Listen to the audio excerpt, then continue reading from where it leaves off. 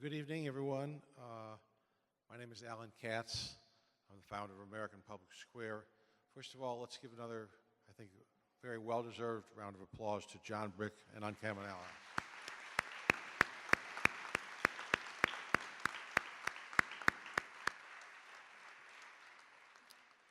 I know all of you were as touched and moved by this film as I was, and hopefully the discussion that follows will take this message and make it resonate more. For those of you that don't know us very well, American Public Square is a member-supported organization. And if you're not a member of American Public Square, your playbill contains the information on how you can become one, and also will have information at the community fair, which will follow our program. If you did not register for tonight's event, or you were registered as someone's guest, you can register now by going to americanpublicsquare.org. The reason we'd like you to do this is because then we will send you a survey as soon as the program is over, and we'd like to get your feedback. In your playbill, you'll find a lot of information about tonight's panelists. Playbill, that's this that you were handed. And also there are relevant facts about tonight's topic, which we were able to pull together, and we hope, and we were able to do all of that due to the generous support of the William T. Kemper Foundation. Now, inside your playbills, you're going to find a question and fact sheet. It looks like this. On one side it says fact check, the other says question. When you have a question or a fact check, in other words, you hear something that you don't think is true, you write it down, you hold your hand up, and someone will come by and pick it up and take it to our fact checkers. Classy Allseen is tonight's roving reporter. Where are you, Classy? There she is, right there. She will take your questions and she will ask them on your behalf. Tom Burns and Chris LeBeau, where are you guys? Raise your hand. Oh, you're over at the table over here. There are fact checkers. If there's something that comes up that it doesn't appear to be true, they will give a nod to the moderator, who will stop the proceedings so we can walk everything back to make sure that we've got the facts correct. Who has our civility? We have civility bell ringers here. Can you ring one? Okay, if you hear that bell, that means everybody stops. And because that means that something sort of outside of the normal type of conversation we like to have is taking place. We also ask that you don't need to clap or express yourself during the panel discussion. We have a tendency to think that that slows things down. If you agree with what you're hearing up there, we encourage you to nod your head like this. And if you disagree, to nod your head like that. We think that makes things move better. At any rate, it's now my pleasure to introduce tonight's moderator, Bob Hill. Bob was the minister of Community Christian Church for more than 30 years and currently serves as a community consultant. He's been a very active member of American Public Square, and we're very pleased to have him as our moderator tonight. Bob Hill. Thank you. Thank you. Thank you, Alan. And it is my privilege and honor to introduce our panel before I ask them the very first question. To my far left and your right is Deputy Chief Karl Oakman, who's been a member of the police department for 26 years and currently is the Administration Bureau Commander. He was the city liaison from 2015 to 2017, working side by side with the mayor, the city manager, and the council to address public safety needs between the city of Kansas City and the police department. I can't call you by your first name. You'll be the only person I have to refer to you by your title. Deputy Chief commanded the South Patrol of the Kansas City Police Department. Let us welcome the Deputy Chief Oakman, please. To his right is Deidre Anderson, and there is a correction in your program. She is not the executive director. She's the CEO of United Intercity Services, the St. Mark's Center. And Deidre's background in public education, community development, and child welfare lends a unique perspective to engaging families and community. UICS, St. Mark's Center, are high-quality early childhood programs, and they have been successfully operating in one of the poorest zip codes in all of Kansas City. Deidre also has served as a member of the Citizens Task Force on Violence in 2016-2017. Please welcome Deidre Anderson as well. To her right and my left is Johnny Waller, and Johnny currently works in the healthcare industry and also attends Rockhurst University in the Hellsberg School of Management. He earned his Bachelor of Science and BA in Business Administration from Rockhurst on an academic scholarship. Johnny owned and operated a small janitorial company in Kansas City for 7 years, and he served as vice president of a local nonprofit that helped ex-offenders with life, employment, and spiritual skills. And he is also just an all-around great guy. Would you welcome Johnny Waller?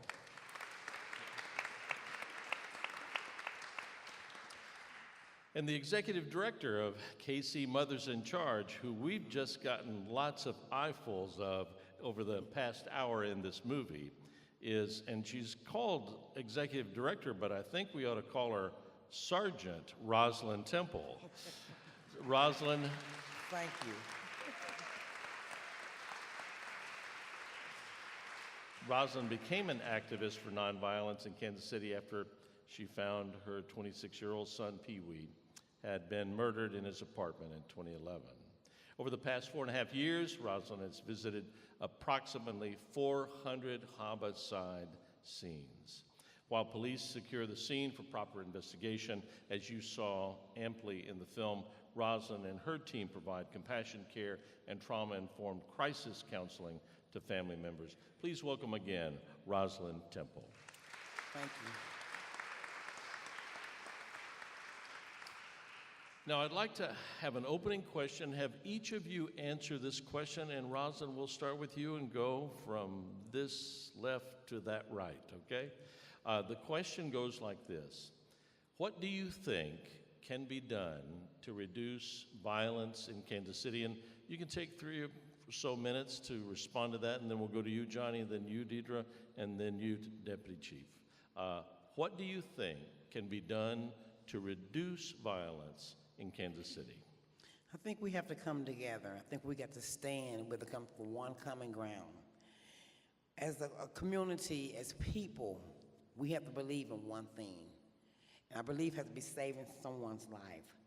Not to be, let it be okay for us to just to be able to take lives. People know, we know, the people that's wreaking havoc in our community, in our homes. If we don't come together and stand and try to fight together, we would not be able to change this.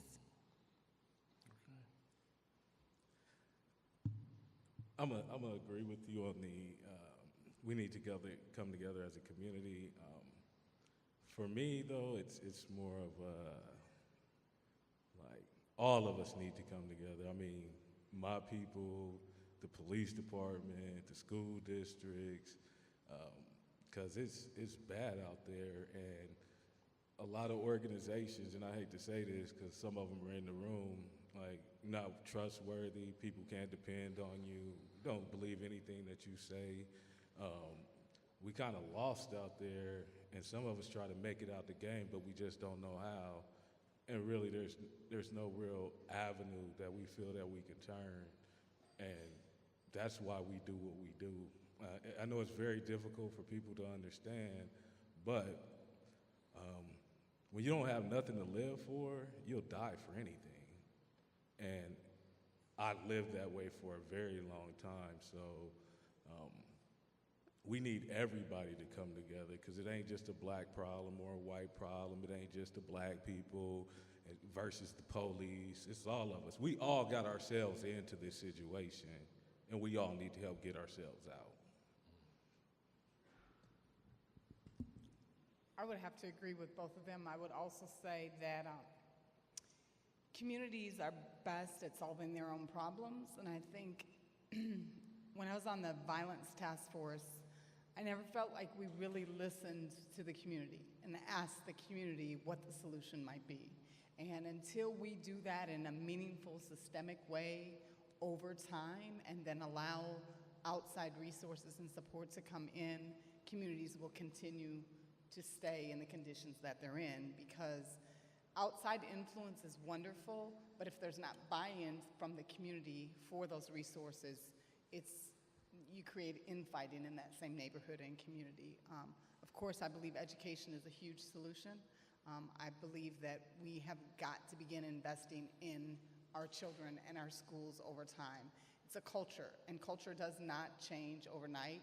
It takes time, and so we can't just 3 years later think that a problem that's been a big problem for a long time is going to be solved.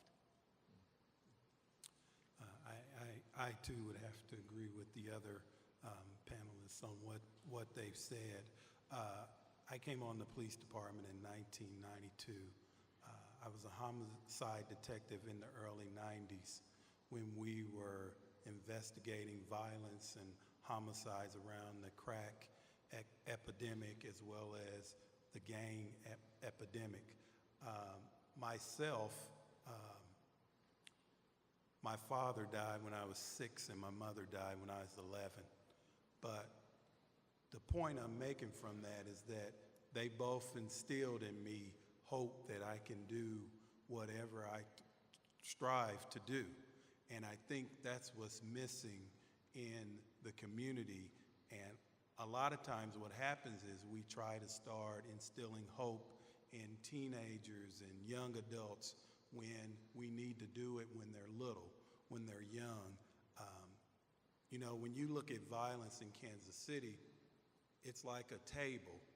A table has to have 4 legs to stand.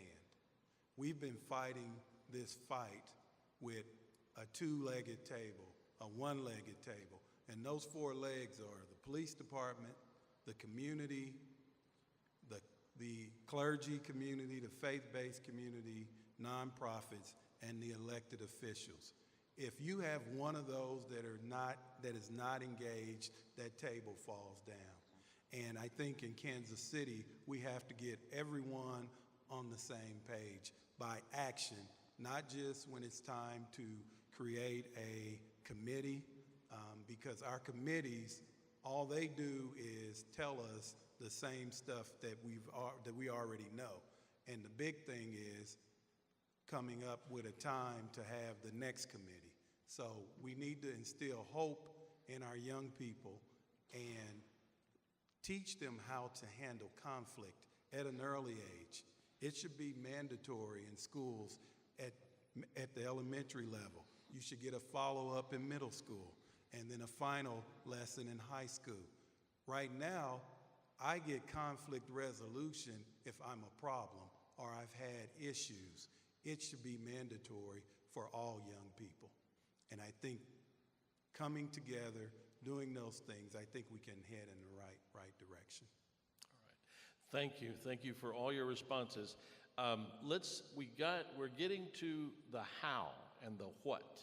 What can be done to reduce violence in Kansas City? All of you have said come together. All of you have said that there's specific points in the trajectory of life where people need to be intervened, or there needs to be some surround services, if you will. Let's say, and any of you can respond to this, and any of you can tag on or give alternate views to the responses, all right? Let's say, as we understand the conditions under which many people live in parts of Kansas City, how can we hope to stop or decrease the violence? Well, you know what? I just have to say this. I took responsibility of my own actions. And when you take responsibility of your own actions, change you and stop trying to change everything around you.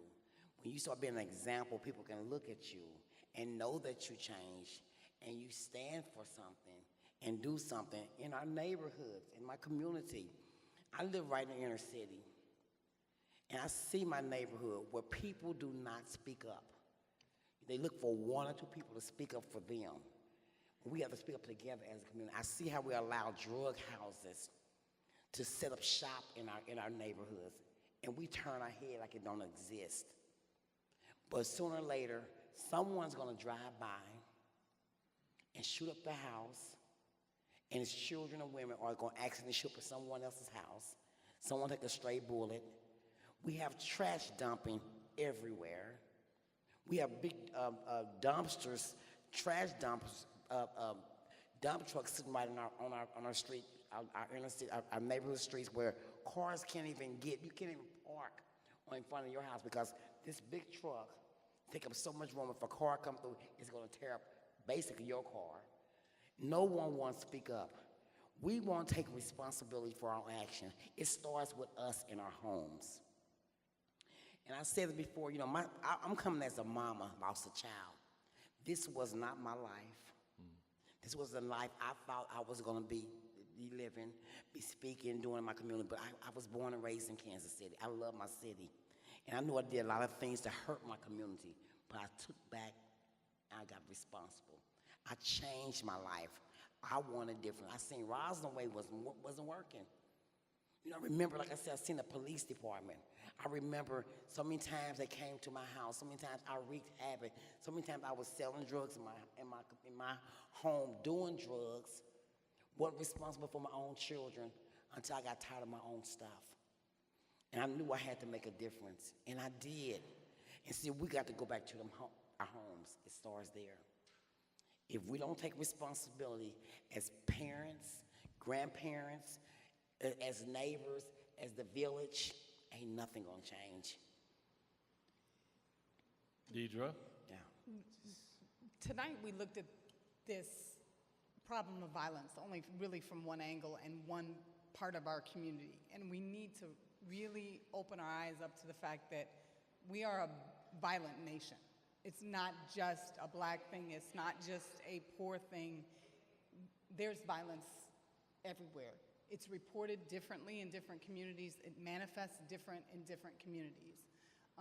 In Kansas City specifically, though, until we begin to peel back the layers of truth and begin to really begin to understand why people feel so hopeless and in despair related to some of the things Rosilyn was saying, there's parts of our city that have been neglected and overlooked for generations, years and years and years, and you get tired.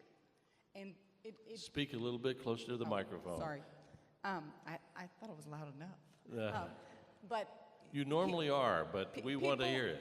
People get tired. They become discouraged. And it's very challenging for me working with young children, working with young families. You see it younger and younger.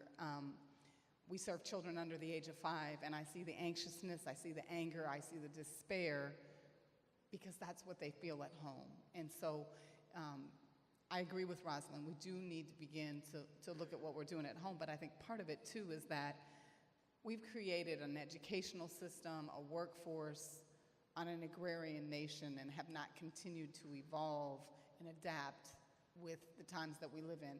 You don't have a parent at home. We're a two-parent working society, and so we've got to begin to really realize that families need support for their children, too.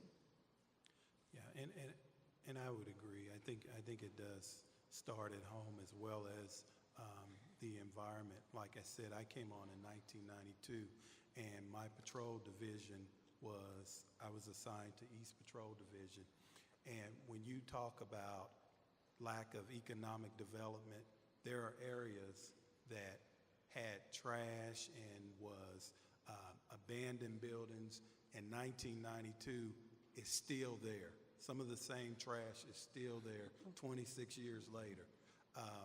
That side of the city has constantly been neglected, and your environments put you in a situation where you become hopeless.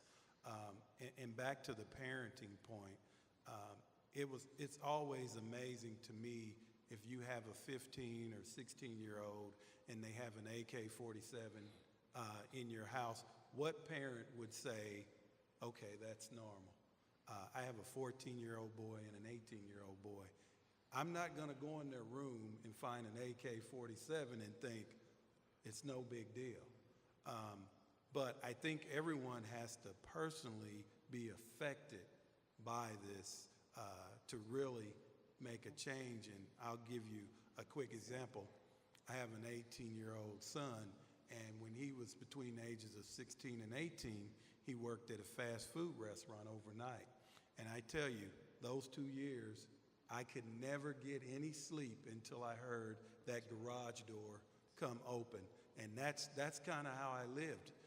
A 16, 18-year-old black male out at night driving from 5 to like midnight, he would get off. So, I mean, I literally could not sleep until he came in the door. And that really took a personal toll on me. And I think everyone needs to realize that to really become a part of the solution. We have to get everyone involved. Kansas City's only good as its worst neighborhood. So now we're using the word we. Let's talk a little bit about partnerships, all right? You've talked about education. We've talked about we don't live in an agrarian society anymore. We've talked about the home, Rosilyn, as well as Deputy Chief has talked about this. So has Johnny mentioned this as well. How important are partnerships for dealing with this problem? Another way of putting this is, how do we put the allies into the movie title of Uncommon Allies? How do we put the word alliance into forging alliances? How do we do that? Partnerships is very important. When I lost my son, Pee Wee, I knew I had to meet people. I had to bridge a gap. I had to talk to people. I knew one thing. My first step was the police department. You know, they took us. They took us a sworn oath. Yes, sworn to serve and protect our community. So I knew I needed them. I knew they came out. They was the one came out, wrote my son's apartment. I'm doing the investigation, and I wanted them to give me the best. So I knew I had to start building relationships, talking to people, bridging a gap, because we wasn't talking to people. You know, I'm 54 years old. I have a problem with my age. I've been in Kansas City all my life. And I know we was not talking to each other. Everybody was on this side, police on this side, we on this side. So we had to start talking. Even I built a relationship with the media. I wouldn't have meetings with them. And I asked them and told them what I needed them for them to do. They are our media in our community, in our city. So we need them to run our stories, to get our faces, talk about our homicides. In the organizations, I went around, I spoke and talked to people. It's very important, because it's just not one person that can do this. It takes a whole community to come together and fight this fight. It's what it's going to take. You know, I don't, and I know her in the audience, the clap and stuff. I get what y'all saying, but the homicides I'm called out to, mainly my homicides, black on black. That's a very problem. When we kill each other for a little nothing, for no reason, for marijuana, because you looked at me wrong, you disrespected me, you had some, that's a problem. Yes, homicides are happening everywhere else, but what we're dealing with, how are we going to ever gain respect from any other race as African American people if we keep treating each other the way we treat each other? We have no common respect. You know, and I get it. Our homes have been broken. I was raised by one mother, a mother with 7 children. I was the oldest. And my mother had mental health issues, and she was in and out of mental health. But we were split up, raised by my grandmother. I made a lot of bad choices, I've been to prison twice, 5 years here, 3 years there, 22 years of crack addicted. But look at me. But I trusted God. I knew Rosilyn couldn't fix her problem, and I was wreaking the problem in my community. I was moving a lot of things around. You'd be surprised of some of the things that came along with me. So I'm just saying, I can just deal with what I know, what I can deal with, what I see. When my phone rings, where I go out to, and where I'm standing picking that mother up and hugging that father, 6 feet father, and he's telling me, my heart, I can hold my heart. He's about to pass. I'm holding him up. I know he felt my pain. So we can clap, and we can say this and that, point fingers everywhere. But until we deal with us, ain't nothing gonna change. I'm gonna say it one more time. And best believe me, I've been doing this 5 years, and ain't too much change. Last year, 150 homicides. and we at 95 today, just in September. It's a problem. I'm not saying all black people, but we got black people, we got some problems. I love my black people because I'm a black woman. And I was raising black young men. I couldn't raise my young men to be men, but I gave them the best I can. But my son Antonio didn't deserve to be murdered the way he was in his own apartment. So again, So I get that. how do we form effective partnerships? You talked about making connections with media. You've challenged your own community where you live. What about the economic or psychological conditions or the economic conditions that we find in the community? How do we do partnerships to solve that problem? Again, just repeating the question for the rest of the panel about this problem of violence. How do we create effective partnerships? Well, one of the things we have to do is all sit down at the table and be honest with each other. I've been in the community for a while, and I understand what Roz is saying. I've been in the game for a long time. I've shot at people, got shot at. I got a bullet in my head. I'm supposed to take maintenance medication to function. I go to Rockhurst University. I have to take them a disability letter. I've shot people in broad daylight. I've come home, people shot in my driveway. All my friends are dead. I mean, I wake up sweating. And somebody told me I have post-traumatic stress disorder, which I don't really even know if that's true, but I have a hard time functioning sometimes. I have a hard time letting things even go, because we solve situations one way, that way, and that's it. Don't know how to do it any other way. Don't know how to do it like you do it. Like, hey, let's have this conversation, sit down. I don't know that. I'm gonna pull my pistol. That's how we gonna solve this. And all these organizations with their different agendas. I remember my little 14-year-old partner got popped in the head. The news showed him for the whole 3 seconds and then went to the news. And we were pissed about it. That's my partner. He's 14. He got shot in the head in front of a daycare. And you gave him 3 seconds, then it went to the weather, then it went to sports, right? So how important are we? How important are we? You got all these organizations that say they do all of this stuff. Really? How important are we? Y'all don't even ask. She made the best point. Ain't nobody come to my hood and ask me what's wrong.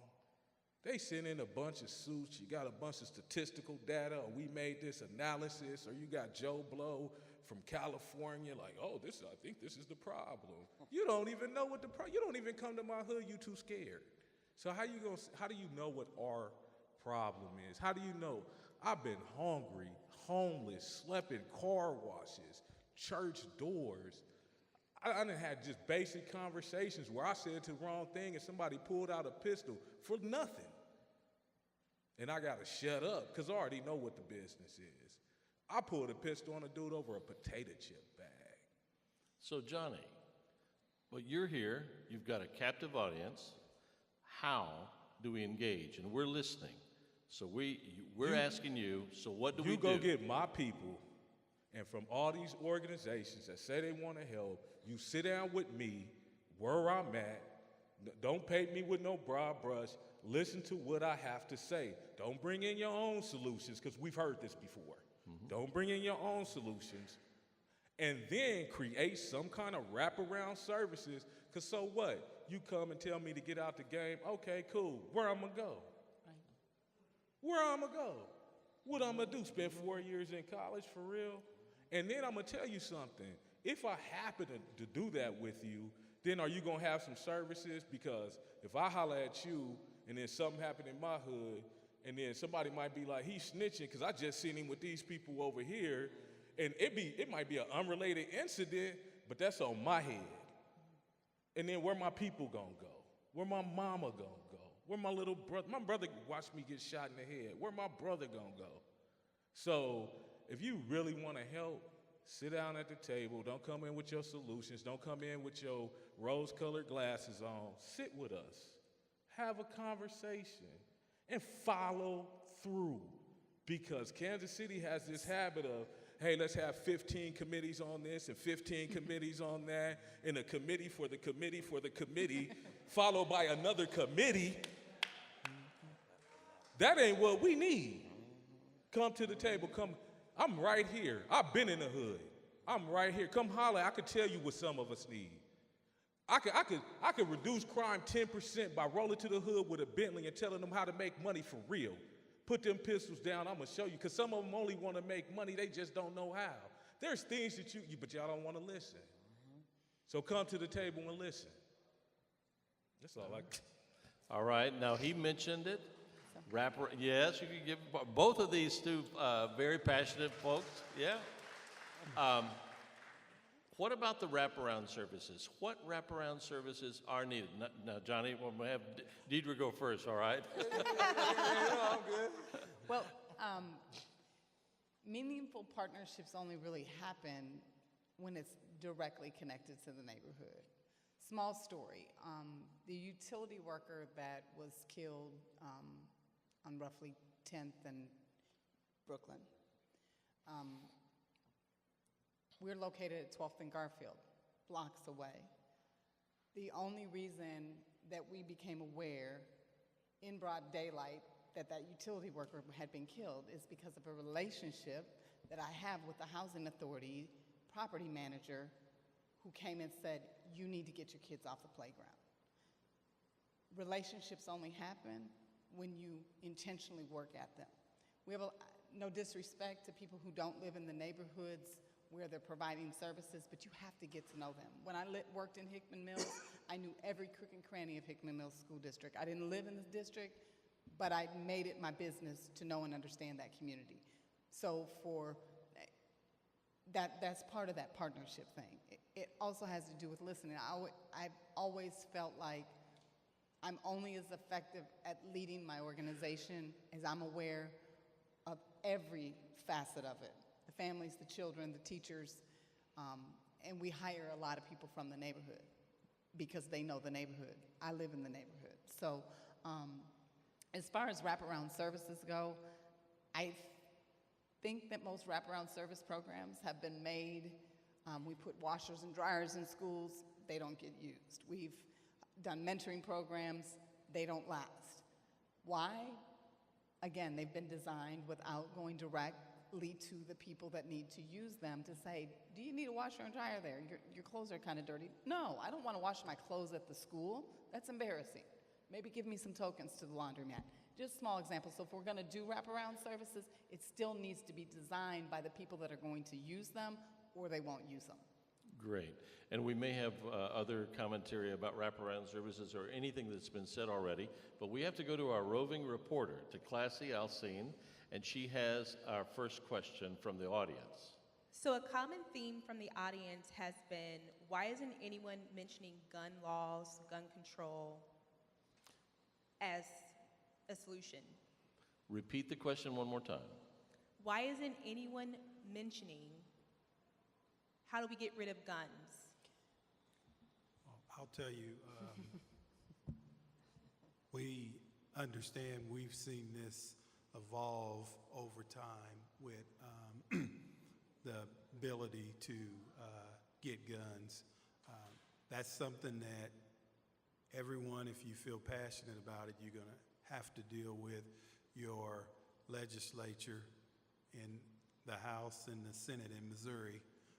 I will tell you some simple things that people can do is, if you do own a gun, make sure you keep that gun secure in your house or your vehicle, because one of the top ways guns are on the street in Kansas City, there's not a 76 Pacer with the hatchback open selling guns in the alley. That's not how it works. Most guns are taken in burglaries or thefts from autos, and these guns end up back on the street, and most of the time they're used in violent crime, whether it's a homicide, robbery, aggravated aggravated assault. So that's something everyone who is a gun owner, be a responsible gun owner. When you leave your house, lock your gun up in a safe. Don't just put it in your nightstand or under your mattress, because that's one of the jewelry, guns, and small electronics are the first thing that burglars are looking for. One of the most discouraging things about being on the Violence Task Force was when all of the information relative to our gun laws and how little we currently can do, that was the most frustrating part for me. Never held a gun, don't own a gun, don't believe in guns, that's me. I get that a lot of people, that's their thing, but you pretty much anyone can get a gun, and you get pulled over with a gun, unless you're a convicted felon, there's not a lot that can be done. That is frustrating to me. And when you have YouTube videos showing you how to make guns with 3D printers, and it's pretty scary. This goes back to what you said about our culture, our nation being oriented towards violence and solving things with guns as well. And with people being so angry, they're a loose cannon just waiting to shoot off a gun. Rosilyn, you seemed like you wanted to say something too. Yeah, first thing I want to say, we need to vote. We got Right. to vote. We got to vote. I'm not sure they heard you, and this is a particular passion of mine. Would you repeat that? We got to vote. For one thing, we got pawn shops with guns in our community. They're getting broken in, and them guns are hitting our streets. That's one thing media ain't reporting on too much. That have happened several times in the last months. A couple of gun shops had got broken in, and more guns on our streets. If we don't vote, we're gonna keep on getting these stupid laws. They're gonna keep on having these guns, and we cannot do nothing. So I look at the people, the bad people. I look at the bad guys. They're wreaked have did many things. Do they need a gun? Yes, they do, because everybody got one. So how can you tell them you don't want them to have no gun no more when all their enemies have guns, everyone? So if we don't vote and start checking our homes, go in our rooms, like you said, ain't no room in my house private. No room. I look at anywhere I want to look. Get that gun up out my house. What I'm going to do, I'm going to call the police and have them come and get it. Because I do not want it. Because we're dealing with mental health and trauma. We live with a lot of mental health issues. Deidre, you touched on that. All it takes is a misunderstanding. You looked at me the wrong way, I'm going to blow your head off. Or you got some marijuana. I have never seen so many people kill each other for marijuana. And Deputy, I tell you, you say about losing the child. If I lost my son, I was scared to death to sleep in my own home. My youngest son, if he didn't answer his phone, I would text him and say, I'm calling the police department. And that's the way I got him to call me. You're scared for your children, your loved ones these days. But the main thing, you must vote. All right, thank you. Go ahead. Go ahead, John. I don't do this often because I agree with the police. So right now, I'm agree with you. I'm very agreeable. Yeah. So I'll tell you, I've owned a lot of guns, and none of them were legal. I got them mostly out of somebody's house because they just leave their guns around. We just break in, or we used to plan to cut holes in the top of the pawn shop, and like rappel down like we in a movie, steal all the guns and make a quick getaway. So that is really important. I hear a lot of talk, and somebody should we all get out and vote? Yes, you really should. But I'll tell you something. That problem that they're talking about is a huge problem. See, we in the hood, we ain't sitting around reading the newspaper like, oh, House Bill 2362 done passed, so now we can go get a gun. Like, nah, we seen such and such. Hey, Bob down the street got some guns in his house. Man, you hear that too? Hey, he go to work at 7 o'clock. I don't even think he got a safe. And then we break in, steal all Bob guns, and that's it. And then we'll give them away, we'll sell them, we'll do whatever. I mean, I've been in the house cutting. This is so sad. I remember my 16th birthday, right? I had just got shot in the head, which is just crazy. So then here my birthday comes around. And and I know some people could probably remember what they got when they were 16. I got an Ithaca 37 with a 5-pound slide and a pit bull for my birthday. They, happy birthday, Johnny. And I'm like, oh, thank you, thank you.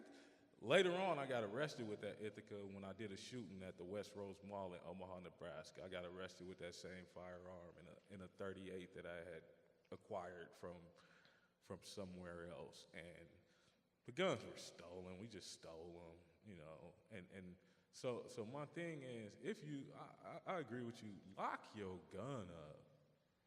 Don't own a gun. Do something. Don't leave them around. Somebody gonna break in.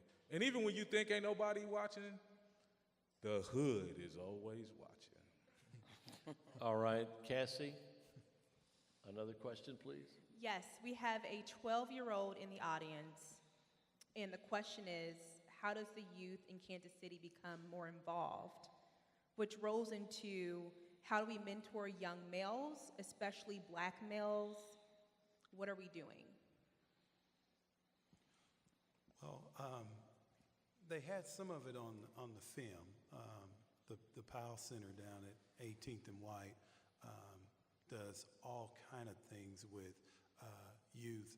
Something else we did over the years, this was an issue with me because I'm kind of passionate about some of the younger kids, really addressing them. So this summer, with the support of the chief, I started a youth academy. We have one at East Patrol, one north of the river, and one south for kids 12 to 15.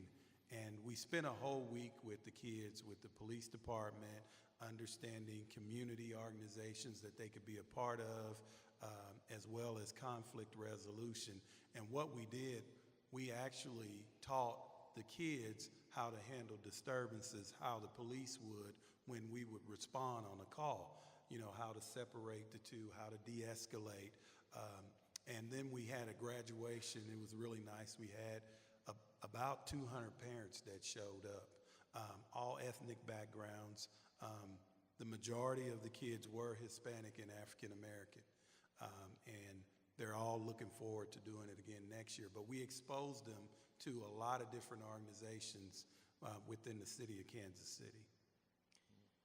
You have to start really young, though. You know, we have kids that have adverse attitudes towards the police already at 3, 4. I think that the other thing is that youth, if you want children and our youth to have healthy conflict resolution, it starts when they're under the age of 5. They temper tantrum, they get angry, they don't know how to solve problems. It turns into bigger behaviors that lead into them being teenagers later. So you got to start a lot younger. And so I think a lot of the mentoring programs and a lot of the things that we're doing to involve youth are later as a solution. But if you did it in a more preventative manner, helping kids at that formative age where so much of their behaviors is being taught and learned, it could have an even better impact. But the other thing is that there was a time when we had some really powerful youth engagement through the city. When I was in Hickman Mills, we had a strong coalition of youth.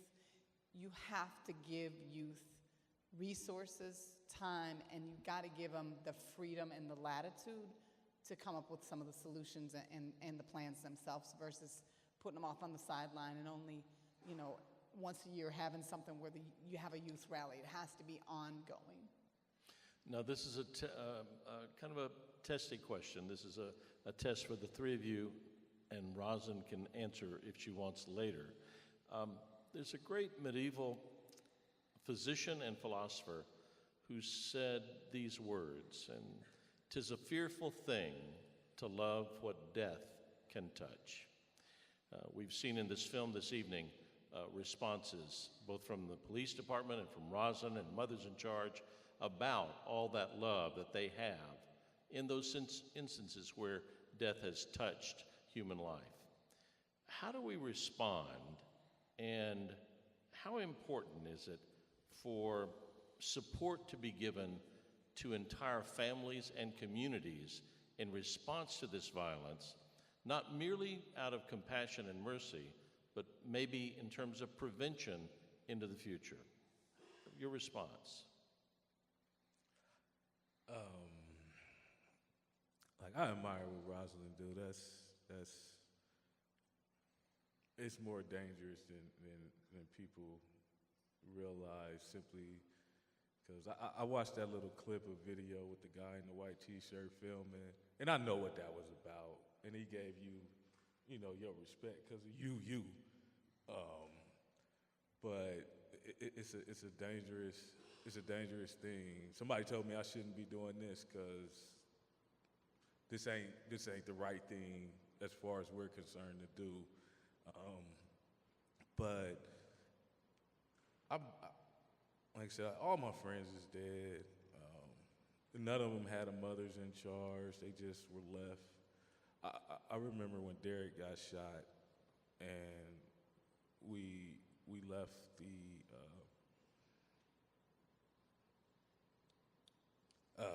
the hospital, and we went back to the hood or whatever, because that's where he lived at, and there was no services there. There wasn't, the police weren't there. It was just a bunch of people from the block that was there, and the news people.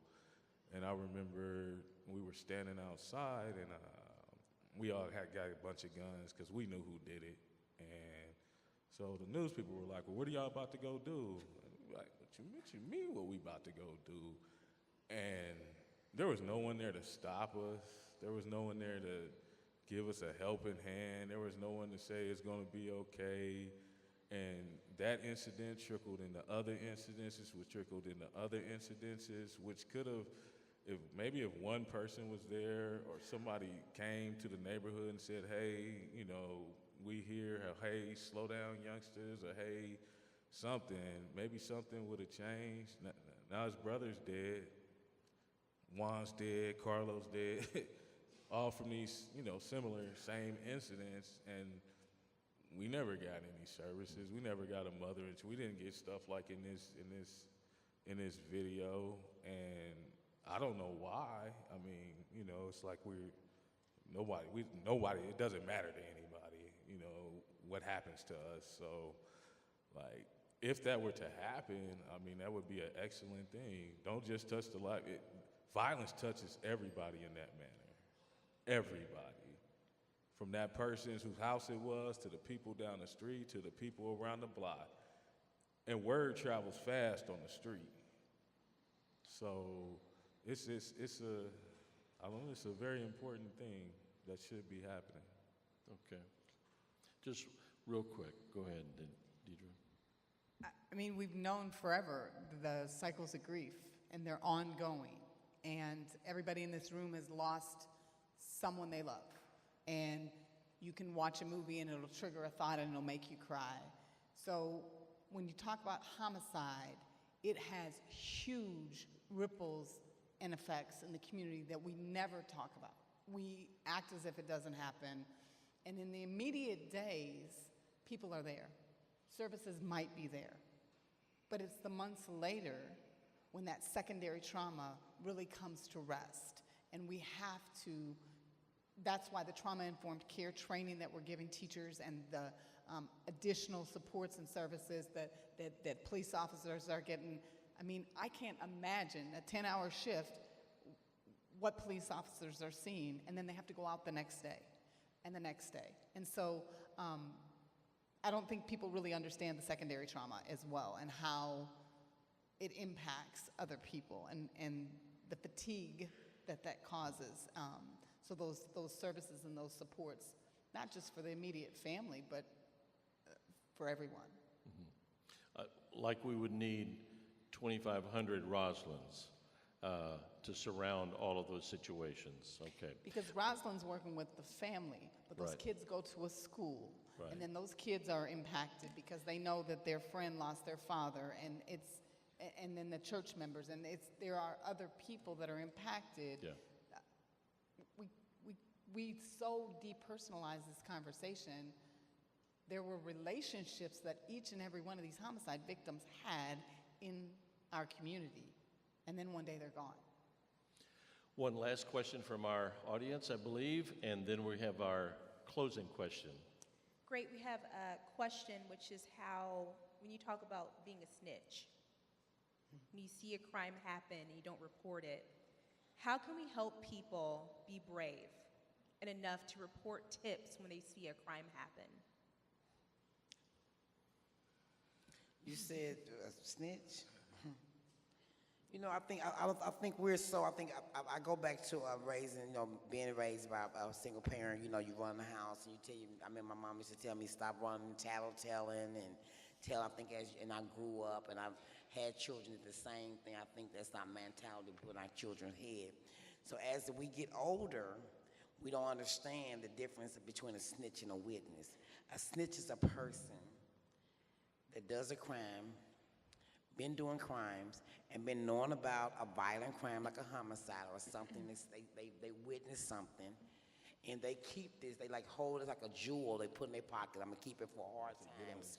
Hard times when I get in trouble, and I go to jail, and I get in that jail cell talking to my cellie, and I call it a little pillow talking, talking about what I used to do, who I was on the street, how tough I was.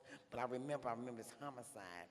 See, I know who killed my son, like Antonio Thompson Pee Wee, and so now I'm ready to call, drop a kite to the they don't really have to drop a kite, or they sell it, or they tell this story to.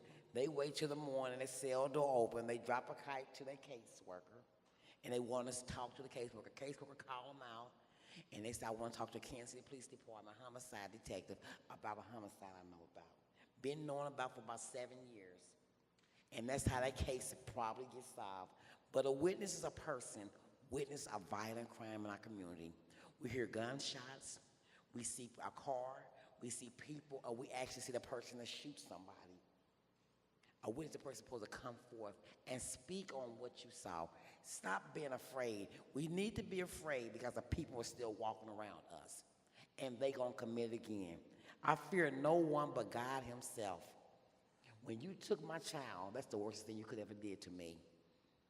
I'm scared that you probably would do it to me, so I got to help you get some help, get off the street, help the police department to do their job. See, we're so busy trying to take the job, take the responsibility in our own hands. That's why it's a triple effect. We keep on hurting each other. Hurt people hurt people. See, gun don't kill people. People kill people. See, a gun is, everybody have a gun, not a bad person. But the people that's getting a hold of these guns in our community and holding these key things of getting these people off the street. 'Cause people make bad choices. I truly believe you can make a bad choice of pulling that trigger. But what are you gonna do about that bad choice? So a person that witnessed something, that knows them about, talking about a snitch. A snitch is a person that goes to jail and wants just a time cut when they've been knowing about a homicide. Yeah, and you know, something interesting about the term snitch, we rarely have people that are retaliated against for giving us information. And in the cases that we do have, that particular person was after them for something else that had nothing to do with the information that they relayed. I mean, it's difficult. I remember working homicide. I would have a guy who was sitting in the passenger seat of a guy that was shot and killed, and I'm talking to him for 10 hours trying to get him to tell me what he saw. And it, you know, like I would tell when I first bring the witness in the interrogation room, I would tell him, what you have to tell me is gonna take about 15 minutes. But for some reason, we're gonna play games all night, and then at 3 o'clock in the morning, it's still only gonna take you 15 minutes. And sure enough, 3 o'clock in the morning come, he finally gives it up. And this is the person's friend who was riding in the car with him. And a lot of times, to your point, they already have plans to get this person themselves and not let the police handle it the appropriate way. But to my point is, when you hear that people who give information to the police are retaliated against, that rarely happens. If, like I said, if it is, it's because of some other issue that that person was after them for to begin with. All right. This has been an emotional hour and 45 minutes already, and now we've got to be very, very quick because there's an after program in the fellowship hall of this facility, and I mean it. I don't think we'll ring an uncivil bell on any of us, but be quick. This is how American Public Square Events, Kansas City Common Good, will conclude all of their events with a question that really is up the alley of all of y'all, all right? It's called, so what, now what? And we just go right down the line. It goes like this. I'd like you to summarize, this is the so what part, all right? Summarize your point of view in a short tweet-length statement, all right? And then secondly, now what? This is an opportunity for each of you to provide one recommendation of what they hope we as the audience will go out and do as a result of being here tonight and having heard this conversation. In other words, your call for action. Mine's to spread the news, have people look at Uncommon Allies and see what we have done. Mine would just be, come talk to me, come sit at the table, leave your judgment at home, come find out what the real problem is. Just come talk to me. Do something, say something, step up. I say fight for conflict resolution, elementary school, middle school, and high school. All right. Would you join me in thanking our panel?